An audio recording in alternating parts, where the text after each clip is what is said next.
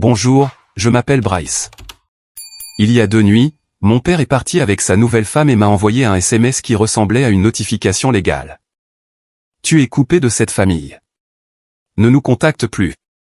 Nous commençons une nouvelle vie sans toi. J'ai répondu avec un seul mot, d'accord. Dès le lendemain, les comptes étaient bloqués. L'affaire de la maison a commencé à se défaire. Étage 48 heures plus tard, je fixais 60 appels manqués et un message de leur avocat qui disait « Nous avons un sérieux problème. » Avant d'entrer dans le vif du sujet, dites-moi d'où vous écoutez et quelle heure il est chez vous. Et dites-moi ceci, si votre propre père vous effaçait en premier, reviendriez-vous lorsque sa nouvelle vie parfaite commencerait à s'effondrer? Il était près de 17h30 quand le SMS est arrivé. Le genre d'heure de fin d'après-midi où un bureau commence à se vider avant que quiconque n'admette que la journée est terminée. Les lumières de notre service de conformité semblaient toujours un peu trop vives à cette heure de la journée. La moitié des bureaux étaient déjà sombres. Quelqu'un avait laissé une tasse dans l'évier de la salle de pause.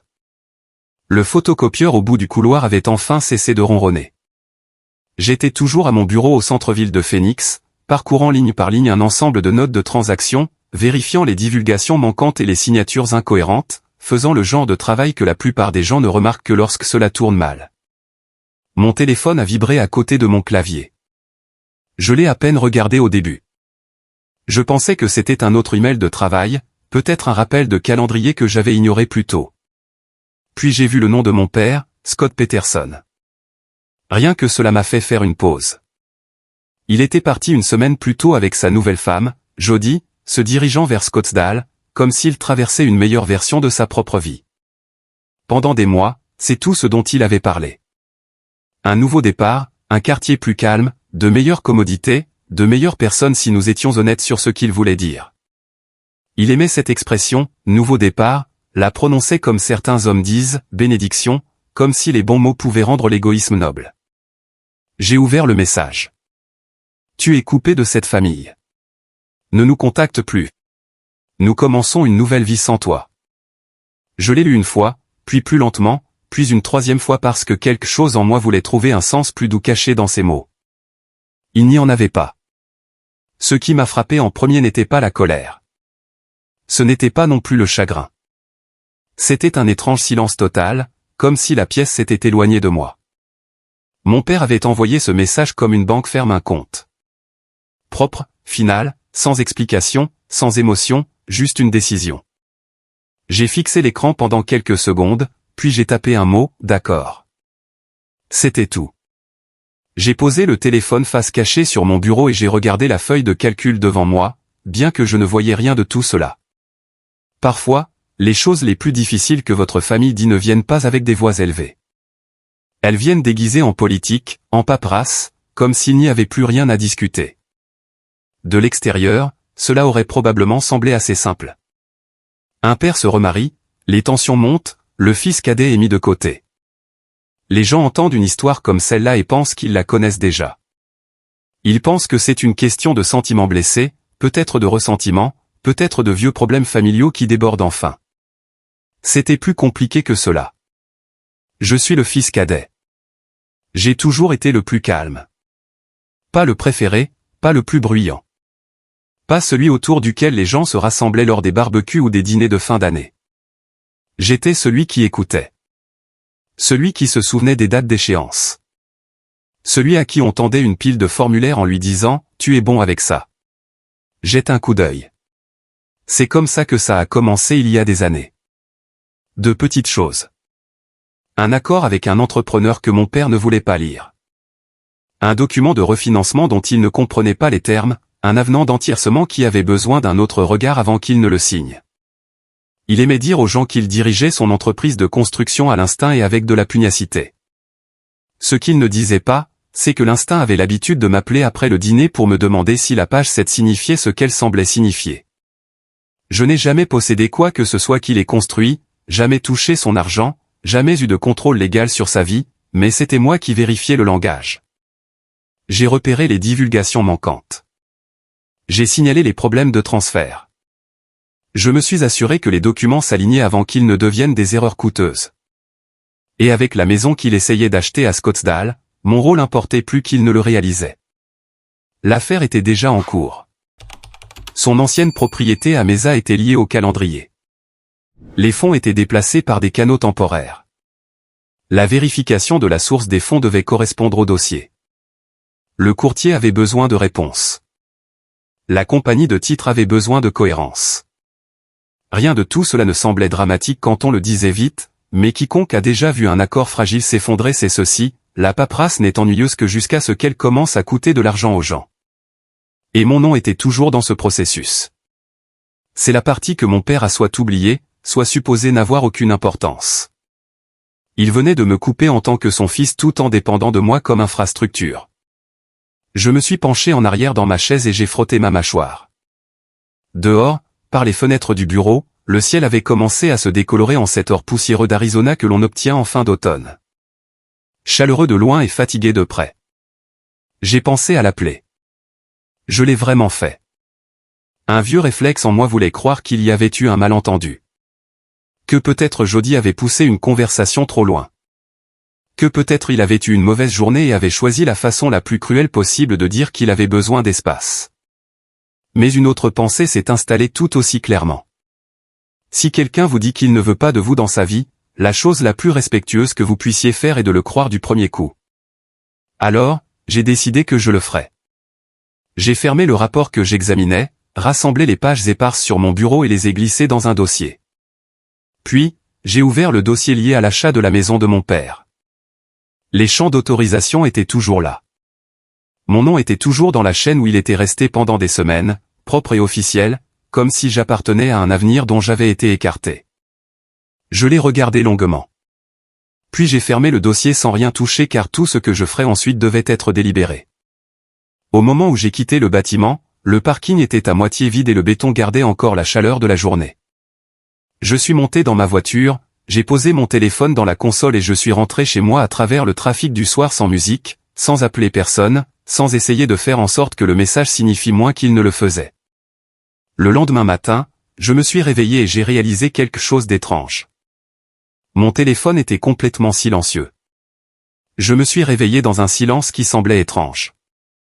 D'habitude, mon téléphone avait quelque chose qui m'attendait avant même que je ne sorte du lit. Un email de travail, une alerte de calendrier, mon père me demandant si j'avais regardé un document qu'il avait envoyé après le dîner et oublié de mentionner ce matin-là. Il n'y avait rien. Pas de deuxième message, pas de suivi en colère, pas de tentative à moitié convaincante d'adoucir ce qu'il avait dit. La lumière du soleil filtrait à travers les stores en bandes étroites, dessinant des barres pâles sur le sol de mon appartement. Je suis resté assis sur le bord du lit pendant 1 minute, laissant la pièce se mettre au point, me disant qu'il y avait encore une chance que le message ait été envoyé sous l'emprise de la colère. Les hommes comme mon père aiment dire des choses cruelles et les appeler plus tard des malentendus. J'avais entendu cette phrase toute ma vie. Il n'a rien envoyé. J'ai fait du café, je me suis tenu dans ma cuisine et j'ai rouvert mon téléphone pendant que la machine crachait et cliquetait derrière moi. Toujours rien de Scott. Cela aurait dû régler la question, mais une partie de moi continuait d'attendre l'excuse familière. Tu sais, je ne voulais pas dire ça comme ça. N'en fais pas toute une montagne. Soyons adultes. Au lieu de cela, j'ai ouvert Facebook. C'était mon erreur. La première chose que j'ai vue était une photo de mon père et Jody debout devant une maison de ville à Scottsdale, souriant comme s'il venait de recevoir une seconde jeunesse. Jody avait une main sur sa poitrine. Il avait son bras autour de sa taille. Derrière eux, une entrée en pierre, un portail en fer, des plantes en pot, le genre d'endroit que les gens achètent quand ils veulent que le monde sache qu'ils ont amélioré leur vie. La légende disait, nouveau chapitre, nouveau départ. Puis vinrent les commentaires, tellement heureux pour vous deux. Vous le méritez. Belle maison. Un homme du cercle d'affaires de mon père écrivit, bonne décision, Scott. Je savais que tu retomberais sur tes pieds. Et mon père répondit, il fallait d'abord laisser du poids mort derrière. J'ai fixé cette phrase plus longtemps que je ne veux l'admettre. Peut-être qu'il parlait de l'ancienne maison. Peut-être qu'il parlait de son ancienne vie. Peut-être qu'il parlait de moi. Le pire, c'est qu'avec lui, cela aurait pu être les trois. Ce qui rendait le message presque surréaliste, c'était ceci, la maison qu'il célébrait sur les réseaux sociaux était dans ma boîte de réception en pièces. Le dossier d'achat traversait mon écran depuis 3 semaines. Note d'entièrcement, preuve de fonds, exigence de titre, calendrier de transfert provisoire. La photo souriante en ligne semble simple. L'accord réel était tout sauf. J'ai pris mon café à table, j'ai ouvert mon ordinateur portable et j'ai affiché le dossier de transaction.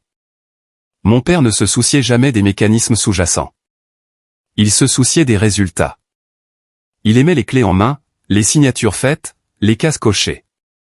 Tout le reste n'était que détails, ce qui signifiait généralement des détails pour moi. Cet achat dépendait d'une chaîne qui devait tenir d'un bout à l'autre. La maison de Mesa devait se vendre à temps.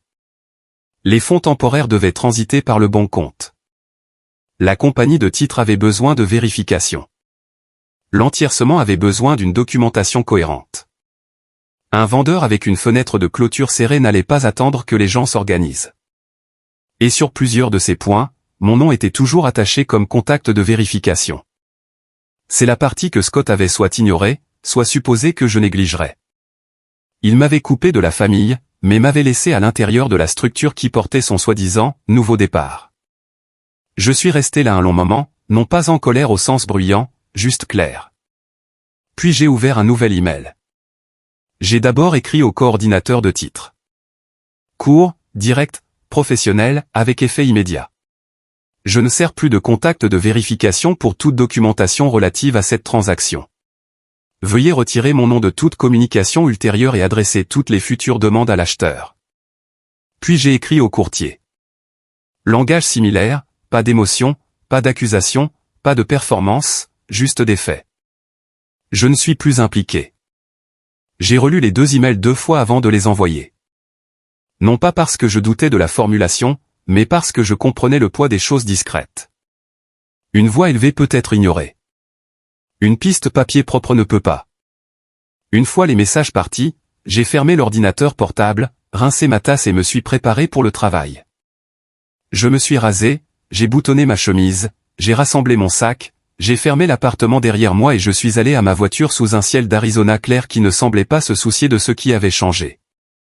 Je n'ai pas appelé mon père. Je ne me suis pas expliqué. Il avait été parfaitement clair la nuit précédente, alors j'ai respecté sa décision. Dès midi le même jour, le premier appel concernant l'affaire de la maison est finalement arrivé. Il est arrivé un peu après midi, juste au moment où le bureau s'était installé dans ce plat milieu de journée où personne ne se sentait pressé, mais personne ne se détendait vraiment non plus. J'étais à mon bureau, à mi-chemin d'un examen, quand mon téléphone s'est illuminé avec un numéro que je ne reconnaissais pas. Indicatif régional de Scottsdale. J'ai laissé sonner une fois avant de décrocher. Bryce, c'est Chris Watts. Je suis le courtier qui travaille avec ton père sur l'achat de la maison de ville. Son ton était poli, mais il y avait un accroc dedans. Pas de panique. Pas encore. Plutôt comme quelqu'un qui réalise qu'une porte qu'il s'attendait à ouvrir est verrouillée. Oui, dis-je. Je voulais juste confirmer que vous gérez toujours la partie vérification du dossier d'entièrcement. Pendant une seconde, je n'ai pas répondu. J'ai regardé la pile de papier devant moi, puis le mur de verre de mon bureau où les gens continuaient de passer avec des tasses de café et des dossiers, comme si le monde n'avait pas changé du tout. Non, dis-je, je ne suis plus impliqué. Il y eut une pause. Je n'étais pas au courant que ça avait changé. Ça a changé hier. Une autre pause. Plus longue cette fois. D'accord, dit-il prudemment. Alors je devrais rediriger certaines choses. Vous devrez tout rediriger, lui dis-je. Tout ce qui est lié à ce dossier doit passer directement par mon père. Il m'a remercié, mais cela semblait automatique. Puis l'appel s'est terminé. J'ai posé le téléphone et je suis resté immobile un instant. Chris n'avait pas appelé pour bavarder. Il avait appelé parce que quelque chose dans le dossier ne correspondait plus à ce qu'on lui avait dit. C'était évident. Ce qui importait, c'est ceci, il s'attendait clairement à ce que je sois toujours là, à arranger les choses, à servir de pivot discret à une porte que mon père aimait claquer. Cela ne s'était pas produit par accident. L'appel m'a rappelé quelque chose que je ne m'étais pas autorisé à nommer depuis longtemps. Le schéma.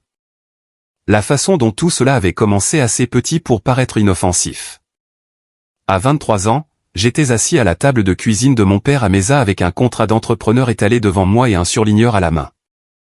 Il a laissé tomber le paquet à côté de mon assiette comme si ce n'était rien.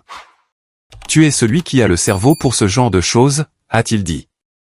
Je suis resté éveillé à lire chaque page, marquant le langage qui pourrait poser problème plus tard. L'après-midi suivant, il est allé à une réunion, a signé le contrat révisé, et quand quelqu'un a demandé qui avait repéré le problème, il a ri et a dit « Mon avocat a jeté un coup d'œil. » Pas mon fils, pas Bryce, juste un expert invisible qu'il pouvait emprunter quand cela le faisait paraître plus compétent. C'est comme ça que ça a toujours fonctionné. Un document de prêt ici, un problème de titre là, un langage d'assurance, des divulgations du vendeur, des délais de transfert. Il ne l'a jamais présenté comme une dépendance. Il l'a présenté comme une famille. Jette un coup d'œil rapide. Regarde ça. Assure-toi juste que je ne suis pas piégé. Petite faveur. C'est comme ça qu'il les appelait. Seulement, les petites faveurs ont tendance à devenir des emplois impayés quand la même personne continue de dire oui. Le plus étrange, c'est que personne dans la famille n'a jamais dit à voix haute ce qu'était devenu mon rôle. Je n'étais pas un partenaire. Je n'étais pas un conseiller. Je n'étais pas quelqu'un sur qui il comptait ouvertement. Mais quand quelque chose devenait compliqué, il se tournait vers moi comme par réflexe. Si une échéance se rapprochait, si un document n'avait pas de sens, si un chiffre ne s'alignait pas, on s'attendait à ce que je m'en occupe discrètement, efficacement, sans avoir besoin de reconnaissance, sans poser de questions qui mettaient qui que ce soit mal à l'aise. Et maintenant, mon père avait envoyé un message, me coupant de sa vie, comme si le reste de la structure allait continuer à fonctionner seul. J'ai rouvert le dossier de la maison. Les mots de son SMS semblaient différents maintenant, moins émotionnels, plus stupides. Tu es coupé de cette famille. Ce qu'il voulait dire, c'est que je n'appartenais plus à cette famille. Ce qu'il n'avait pas compris, c'est que l'appartenance avait été la partie la moins importante de ce dont il dépendait. Il pensait pouvoir me retirer du tableau et conserver la machinerie qui tournait en arrière-plan depuis des années. Il pensait que les systèmes fonctionnaient par habitude. Ce n'est pas le cas. Ils fonctionnent parce que quelqu'un les maintient intacts. Et je m'étais arrêté. Un peu après 15 heures, j'ai sorti un dernier document lié à l'entiercement et j'ai trouvé exactement ce à quoi je m'attendais. Mon nom figurait toujours dans la chaîne de vérification. Propre, professionnel, utile, comme si les dernières 24 heures ne s'étaient pas produites. Je l'ai fixé longuement, puis j'ai ouvert un nouvel email à la compagnie de titres. Mon langage était encore plus court cette fois-ci, pour confirmer que mon retrait de ce dossier est permanent. Je ne suis pas autorisé à vérifier, examiner ou communiquer au nom de l'acheteur à quelque titre que ce soit. Non pas temporaire, non pas en attente de discussion. Permanent. Je l'ai lu une fois, je l'ai envoyé et je l'ai regardé disparaître de ma boîte d'envoi. C'était la dernière étape. Plus de place pour la confusion. Plus de place pour que quelqu'un dise plus tard qu'il pensait que je reviendrais pour tout arranger. Quand j'ai quitté le travail, le ciel s'était adouci. Cette couleur délavée du désert qui rend tout fatigué avant la nuit. La circulation en sortant du centre-ville avançait par vagues lentes. Je suis rentré chez moi avec la radio éteinte, une main sur le volant, ressentant quelque chose que je n'avais pas ressenti la veille. Non pas du soulagement, non pas de la culpabilité, mais de la résistance. Mon père avait passé des années à me faire croire que mon utilité était la même chose que la loyauté. Que si j'étais convenable, je continuerais à aider. Que si j'étais mature, j'aplanirais les dégâts. Que si j'étais de la famille, je ne le laisserais jamais faire face au coup de ses propres choix. Ce jour-là, pour la première fois, je ne l'ai pas fait. Et je n'ai toujours pas eu de ses nouvelles. Mais qu'il le sache ou non, le système en lequel il avait une confiance si totale avait déjà commencé à se fissurer. Au moment où je suis rentré chez moi ce soir-là, la lumière à l'extérieur s'était transformée en cette couleur cuivrée et terne que Phénix prend avant le coucher du soleil. J'ai déverrouillé mon appartement, posé mes clés dans la coupelle près de la porte et desserré ma cravate en me dirigeant vers la cuisine. J'étais à mi-chemin du réfrigérateur quand j'ai entendu mon ordinateur portable tinter sur la table. 2 nouveaux emails, tous 2 liés au dossier de la maison. Je suis resté là une seconde sans les ouvrir. Non pas parce que j'avais peur de ce qu'ils disaient, mais plutôt parce que je connaissais déjà le ton qu'ils allaient adopter. Une fois qu'un système commence à vaciller, les gens n'envoient pas de messages dramatiques. Ils envoient des messages prudents, polis, avec juste assez de distance pour se protéger si les choses empirent. Le premier email venait de l'officier d'entièrcement à Scottsdale. Le second venait du bureau de courtage. J'ai d'abord ouvert l'email de l'entièrcement. Bryce, pouvez-vous confirmer si votre retrait en tant que contact de vérification est permanent? Nous ne sommes pas en mesure de compléter la chaîne de documentation actuelle sans une autorisation mise à jour. J'ai lu cela 2 fois, puis j'ai ouvert celui du bureau de courtage. Même préoccupation de base, formulation différente, plus diplomatique, même problème. C'était le premier véritable changement. Jusque-là, tout appartenait encore au monde privé des dommages familiaux. Un SMS de mon père. Ma réponse, ma décision de prendre du recul. Mais ces emails me disaient ce que j'avais déjà soupçonné. La machine avait commencé à remarquer la pièce manquante.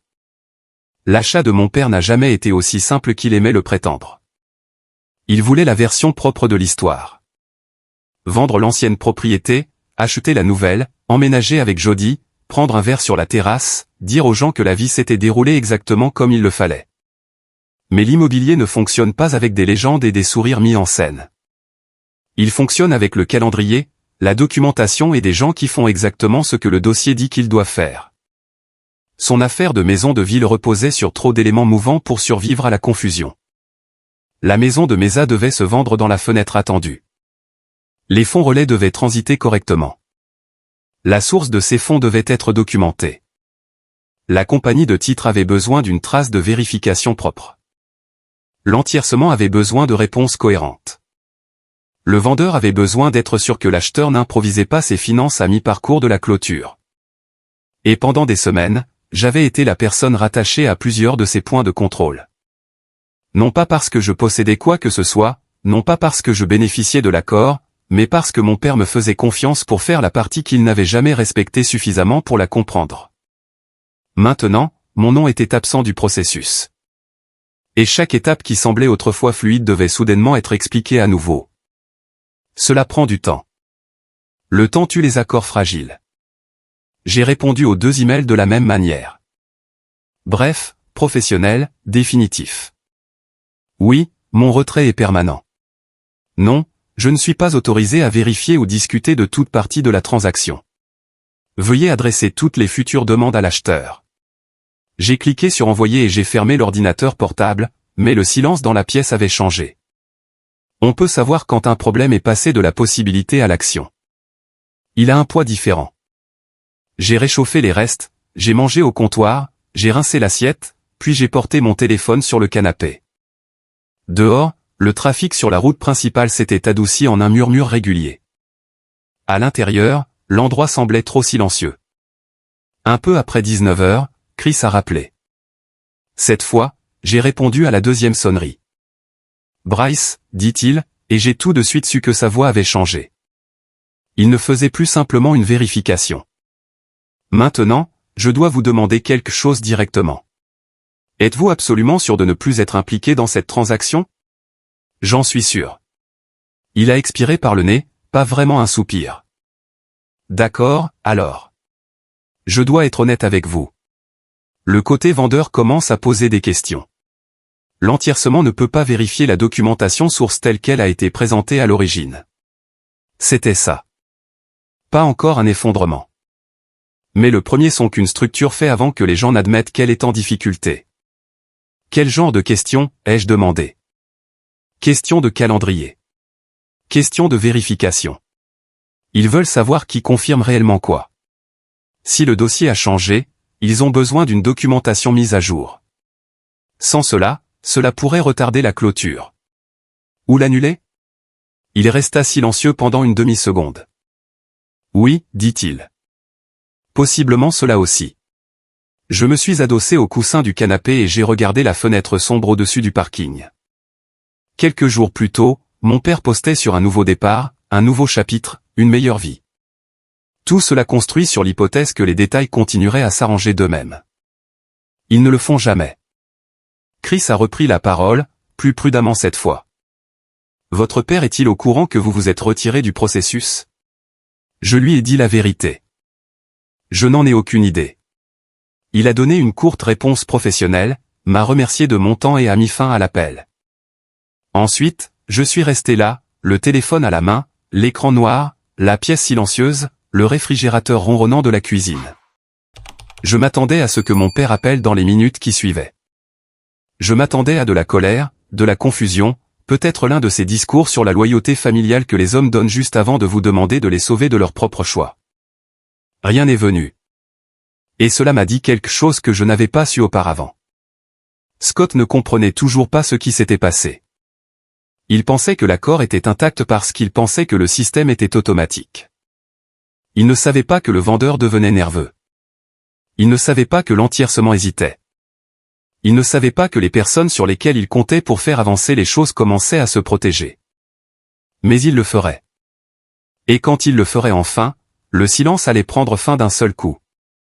Le lendemain matin, mon téléphone s'est illuminé avec quelque chose à quoi je ne m'étais pas attendu du tout. Mais je ne savais pas ce qui m'avait réveillé en premier. La lumière pâle filtrant à travers les stores ou le léger bourdonnement de mon téléphone contre la table de nuit. Je l'ai attrapé sans réfléchir, encore à moitié endormi, m'attendant à une alerte météo, peut-être une notification de travail, quelque chose d'ordinaire. Ce que j'ai vu n'était pas ordinaire. L'écran était rempli d'appels manqués et d'icônes de messages vocaux empilés les unes après les autres jusqu'à ce qu'elles se fondent. Je me suis redressé, j'ai déverrouillé le téléphone et j'ai fixé le journal d'appels. 60 appels manqués, tous de mon père.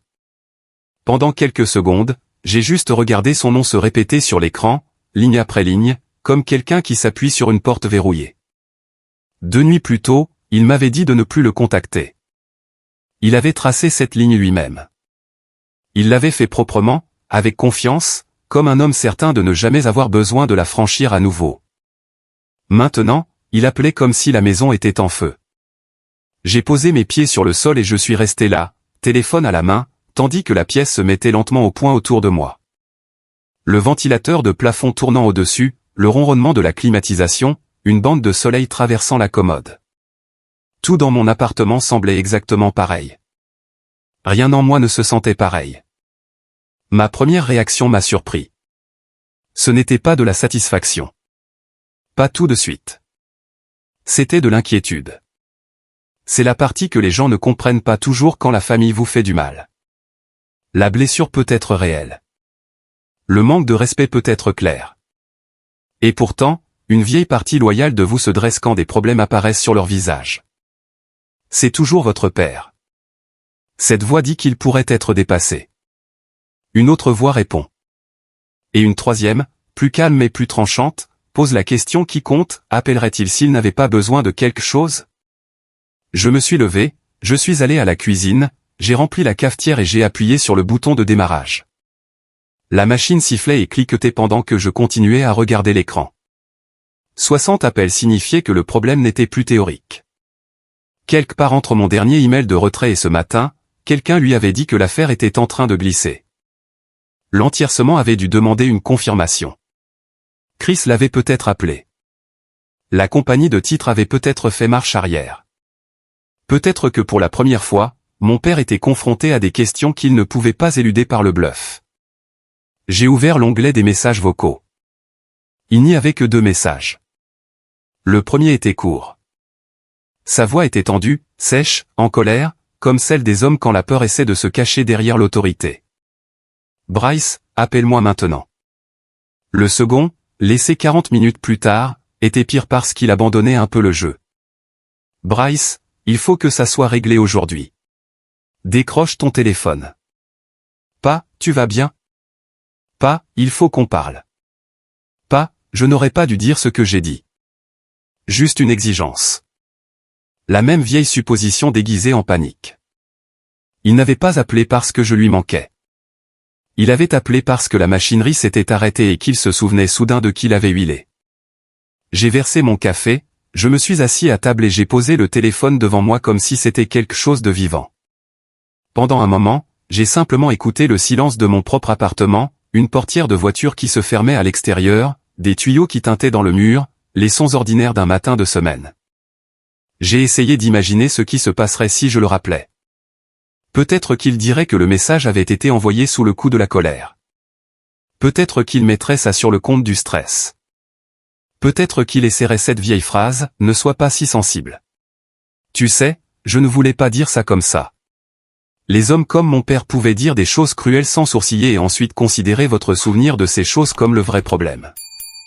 Et si par miracle il s'excusait, je savais déjà où cette route menait. J'entendrais la tension dans sa voix et je reprendrais ma place. J'appellerais le courtier. Je parlerais à l'entiercement.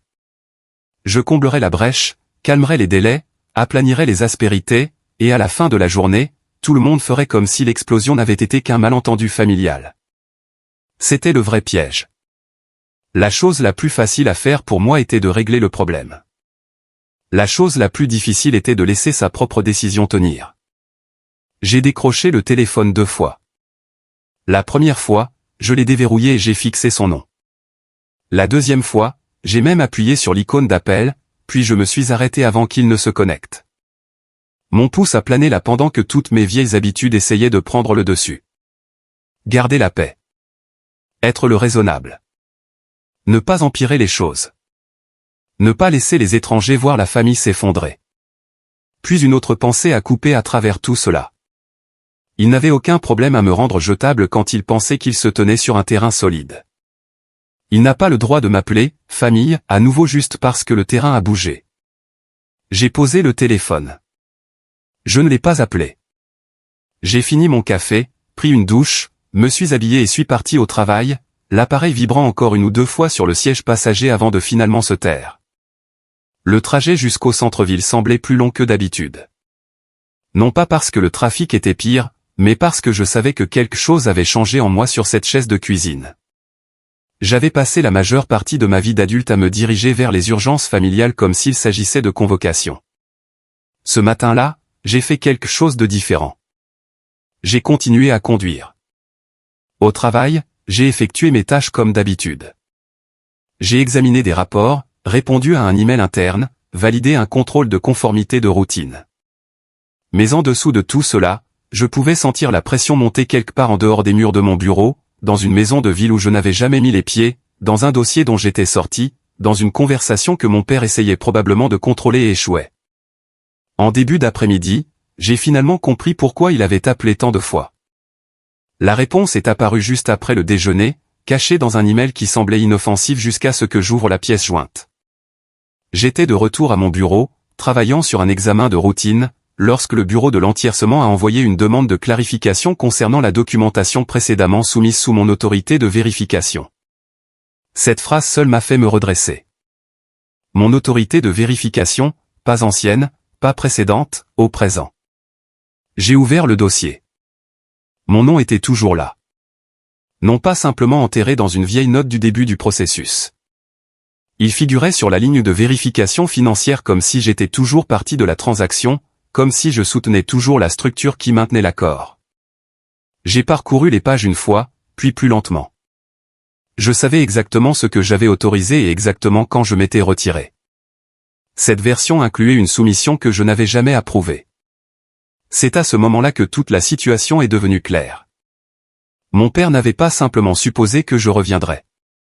Il avait permis aux gens de continuer à fonctionner comme si je n'étais jamais parti.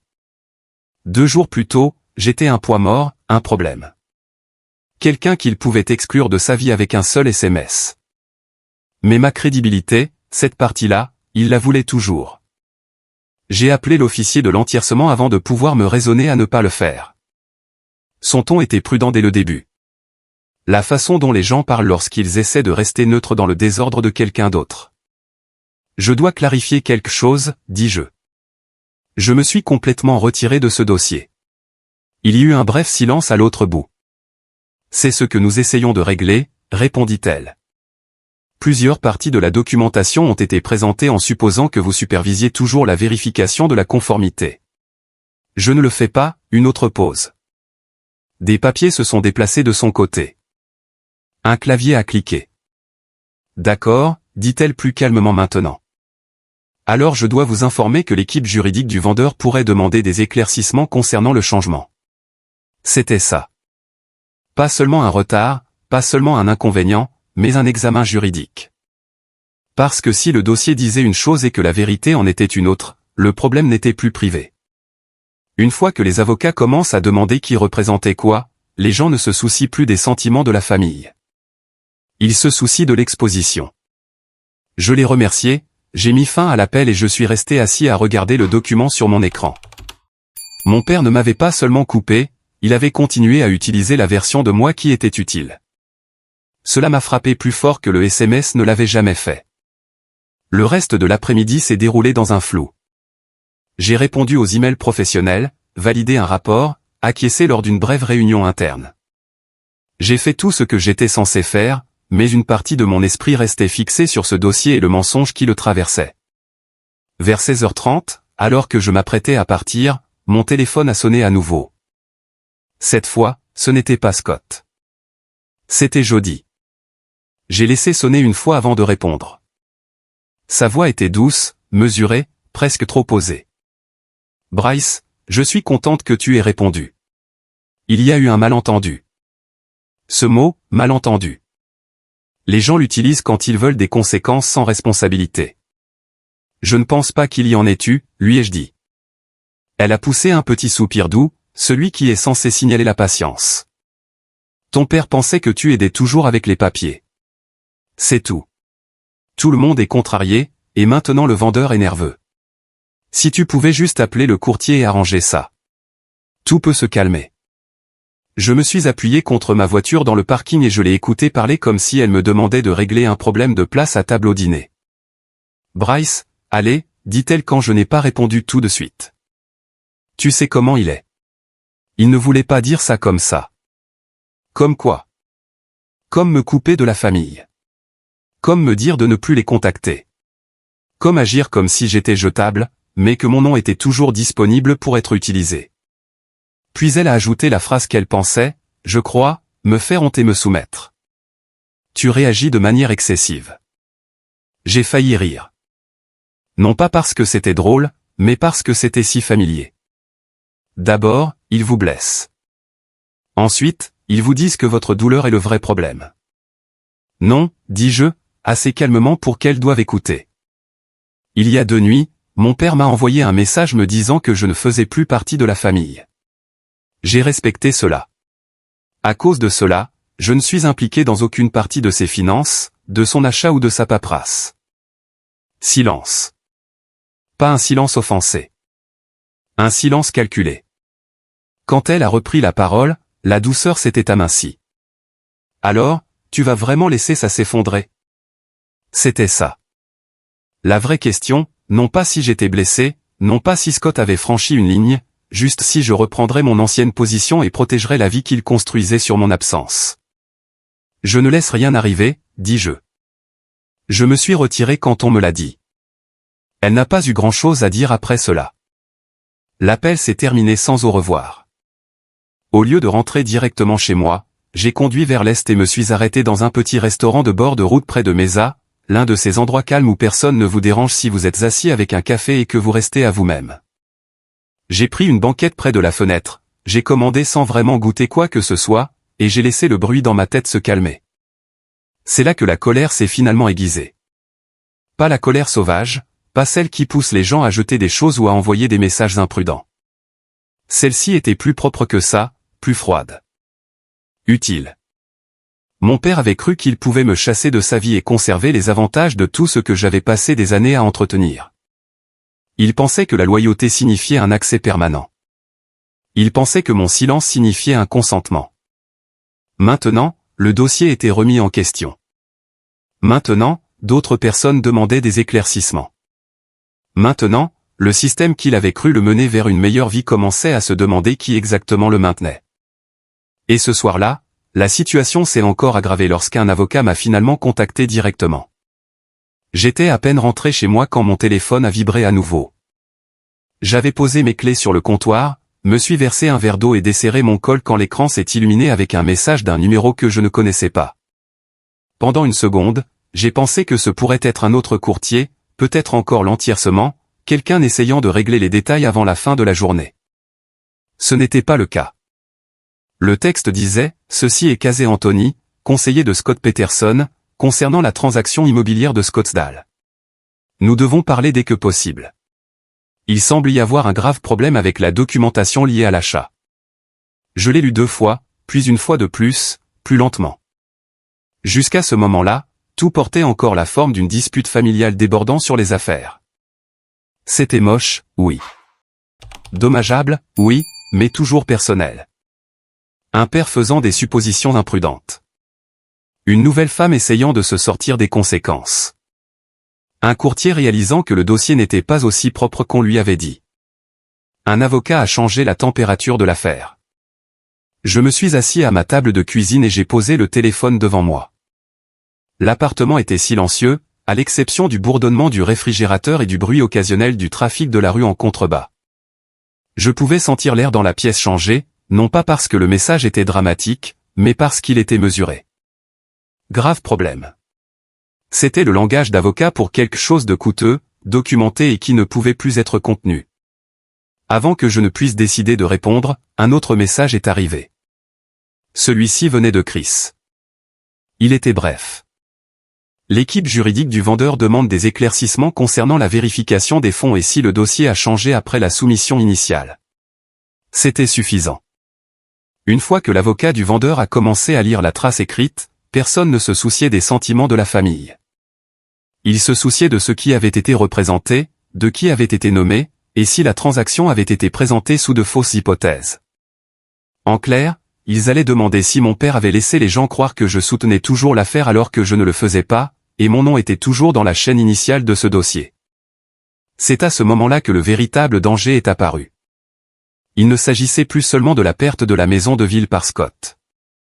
Il ne s'agissait même pas seulement de son embarras ou du « nouveau départ » soigneusement mis en scène de Jody qui se fissurait en public.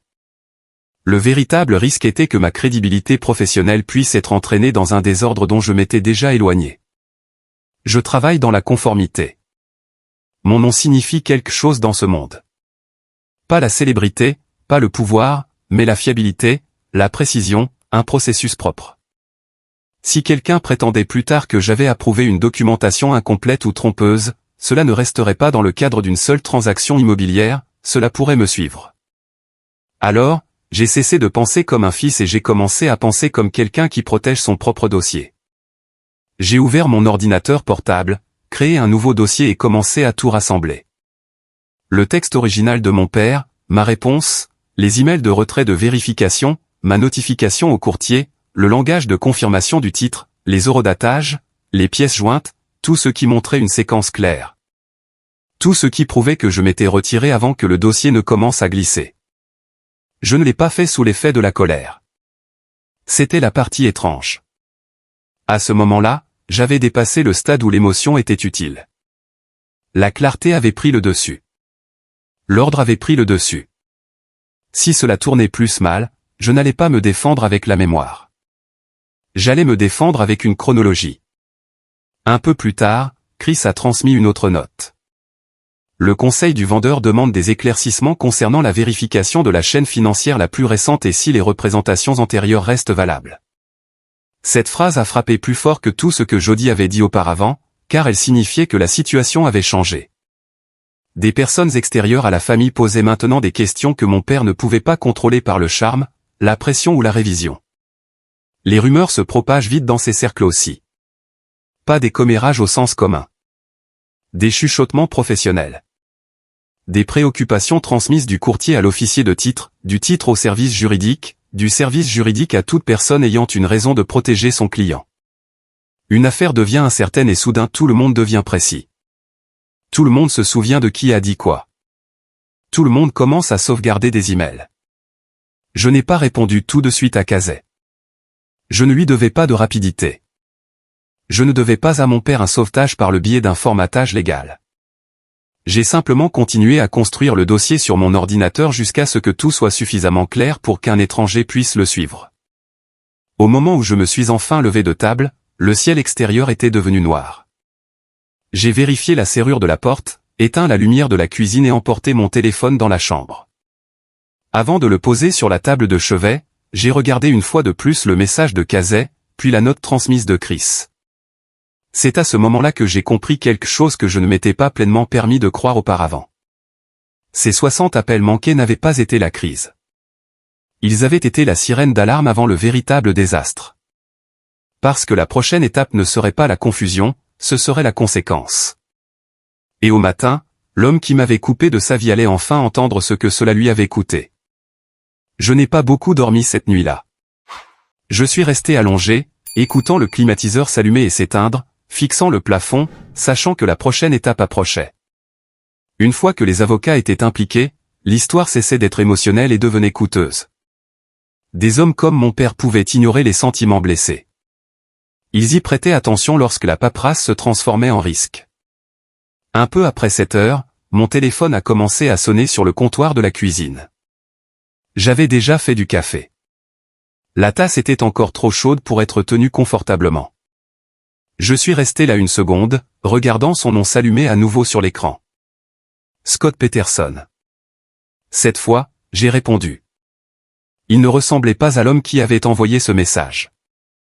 Fini le ton sec, la certitude, la froide et petite finalité de « tu es coupé de cette famille ». Ce que j'ai entendu à la place, c'était de la tension. Il avait l'air fatigué, acculé, comme quelqu'un qui essaie de parler calmement alors que tout autour de lui s'effondrait. « Bryce, dit-il rapidement. Nous avons un problème. » Je ne l'ai pas aidé pour la phrase suivante, alors il a continué. L'entiercement ne pouvait pas vérifier la documentation. L'avocat du vendeur posait des questions. La date de clôture approchait trop. Chris disait que l'accord pourrait s'effondrer si le dossier n'était pas nettoyé immédiatement. Il a dit tout cela vite, le souffle coupé, comme si la vitesse pouvait réduire les faits. Puis il est arrivé à la partie pour laquelle il avait vraiment appelé. J'ai besoin que tu appelles le courtier et que tu clarifies ça. Pas, je suis désolé. Pas, j'ai mal géré ça. Pas, je n'aurais jamais dû te parler comme ça. Juste une tâche, un rôle, un retour à la position. J'ai posé une main sur le comptoir de la cuisine et j'ai regardé par la fenêtre au-dessus de l'évier. Le parking en contrebas se remplissait du mouvement ordinaire de la semaine. Une femme chargeant ses courses. Un homme reculant trop vite.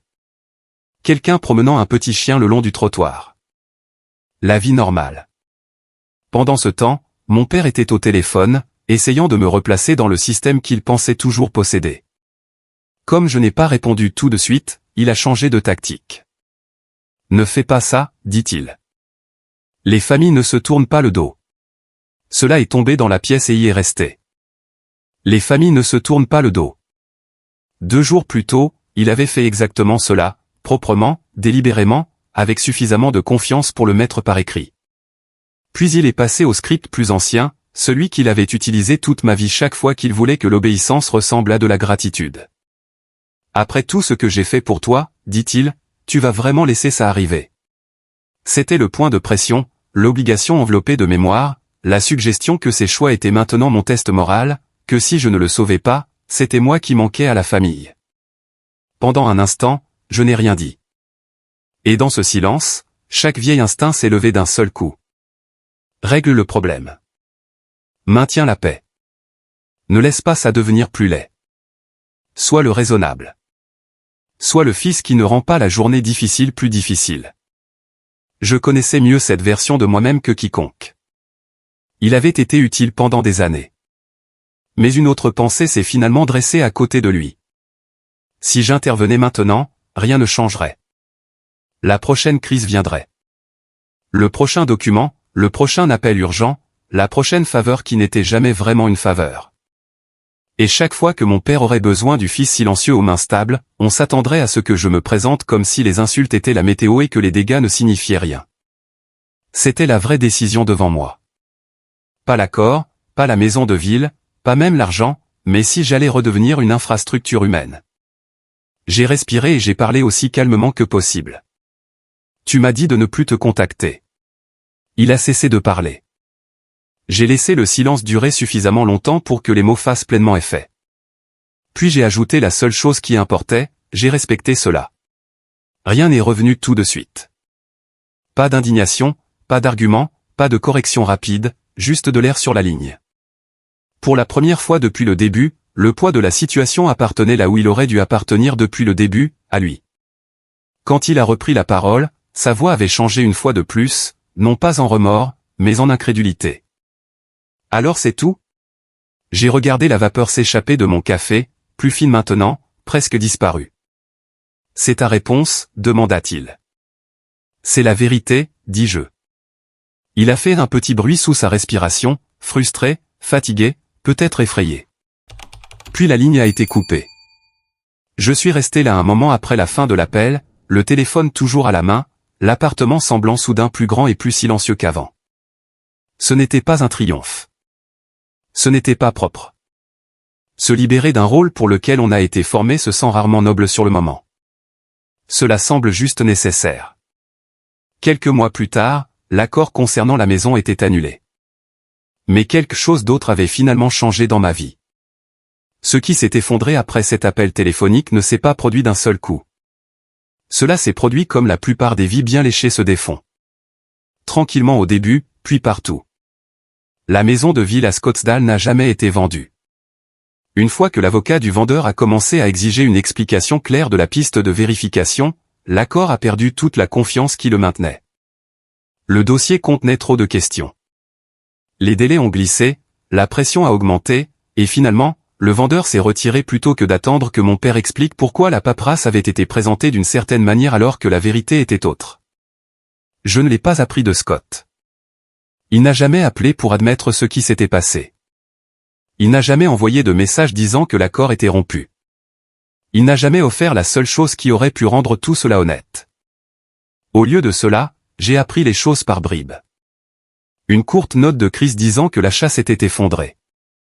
Une remarque fortuite de quelqu'un du réseau immobilier local que la propriété était allée à un autre acheteur. Un commentaire prudent d'un contact professionnel qui m'a dit que mon père avait du mal à prendre pied ailleurs parce que trop de gens voulaient maintenant une documentation plus propre et moins de surprises. C'était la conséquence qu'il comprenait le mieux. Pas le chagrin, pas la distance, pas la perte d'un fils qui avait passé des années à soutenir les parties de sa vie auxquelles personne d'autre ne voulait penser. Il a compris la perte quand elle est apparue sous forme de retard, d'examen minutieux et d'une porte qui ne s'ouvrait plus. Au début, je m'attendais à ressentir une sorte de satisfaction. Peut-être pas de la joie, mais au moins le sentiment que la justice était arrivée sous une forme que je pouvais reconnaître. Cela ne s'est pas ressenti comme ça. Ce que j'ai ressenti était plus calme et plus difficile à expliquer. Une partie était de la tristesse, une partie était du soulagement, et une partie était l'étrange vide qui survient lorsqu'un rôle que vous avez porté si longtemps est enfin retiré de vos épaules et que vous réalisez à quel point votre posture avait été construite autour de son poids. Le plus grand changement n'est pas que Scott ait perdu la maison de ville. Le plus grand changement est que ma vie a cessé de tourner autour de la prochaine urgence qu'il créait. Plus d'appels tardifs me demandant de jeter un coup d'œil rapide. Plus de messages pressés sur des documents qui devaient être signés cette nuit-là. Plus d'attentes cachées que si les choses tournaient mal, j'apparaîtrais avec des mains fermes et un langage clair et rendrais tout cela présentable à nouveau. Pour la première fois depuis des années, j'avais de la place dans ma propre vie. Quelques mois plus tard, j'étais assis dans un petit bureau immobilier à Phoenix, un stylo à la main et une pile de papier devant moi. Rien de grandiose, pas d'entrée en pierre, pas de nouveau chapitre dramatique affiché en ligne, juste un modeste appartement en copropriété non loin du travail, suffisamment proche pour que mon trajet diminue et que mes soirées m'appartiennent enfin. L'agent a fait glisser le contrat et m'a adressé le genre de sourire poli que les gens de cette profession pratiquent jusqu'à ce qu'il semble sans effort. J'ai lu chaque page. Cette partie de moi n'avait pas changé. Probablement jamais. Je vérifie toujours les dates, le langage des divulgations, les conditions de financement, les règles de l'association. Je remarque toujours où la formulation pourrait devenir glissante si quelqu'un le voulait. Les vieilles habitudes vous collent à la peau. Parfois, c'est de la sagesse. Parfois, c'est du tissu cicatriciel. Mais cette fois, la paperasse devant moi n'était pas liée à l'avenir de mon père. Elle était liée au mien. Cela a fait toute la différence. Quand j'ai eu fini, j'ai signé là où je devais signer, paraphé là où on me l'avait dit, et j'ai fait glisser les papiers sur la table. L'agent les a examinés rapidement, puis m'a regardé. Tout semble en ordre ? Pendant une seconde, ce mot m'a ramené, non pas au bureau, non pas au texte lui-même, mais à la version de moi qui avait répondu par un seul petit mot, parce qu'il n'y avait rien d'autre à dire à quelqu'un qui avait déjà décidé que j'étais jetable. À l'époque, d'accord, signifiait, je t'ai entendu. Je te crois. Je ne supplierai pas de rester là où je ne suis pas voulu. Maintenant, cela signifiait autre chose. Cela signifiait que le dossier était propre. Le choix était le mien. La vie devant moi m'appartenait. J'ai hoché la tête et j'ai dit, d'accord. Et pour la première fois, ce mot m'a semblé être la paix. Je ne raconte pas cette histoire parce que je pense que chaque famille brisée doit rester brisée. Je la raconte parce que certaines personnes passent la moitié de leur vie à confondre l'amour avec l'utilité. Elles pensent que la loyauté signifie une réparation sans fin. Elles pensent qu'être bon signifie dire oui une fois de plus, puis une fois de plus après cela, jusqu'à ce qu'il ne reste plus aucune partie d'elle-même qui soit séparée du chaos des autres. Parfois, grandir signifie apprendre une vérité plus difficile. La famille ne signifie pas toujours un accès illimité. Cela ne signifie pas toujours que votre silence est noble. Et cela ne signifie certainement pas que votre avenir doit être construit à partir des affaires inachevées de quelqu'un d'autre. Mon père a eu la vie qu'il a choisie. Moi aussi.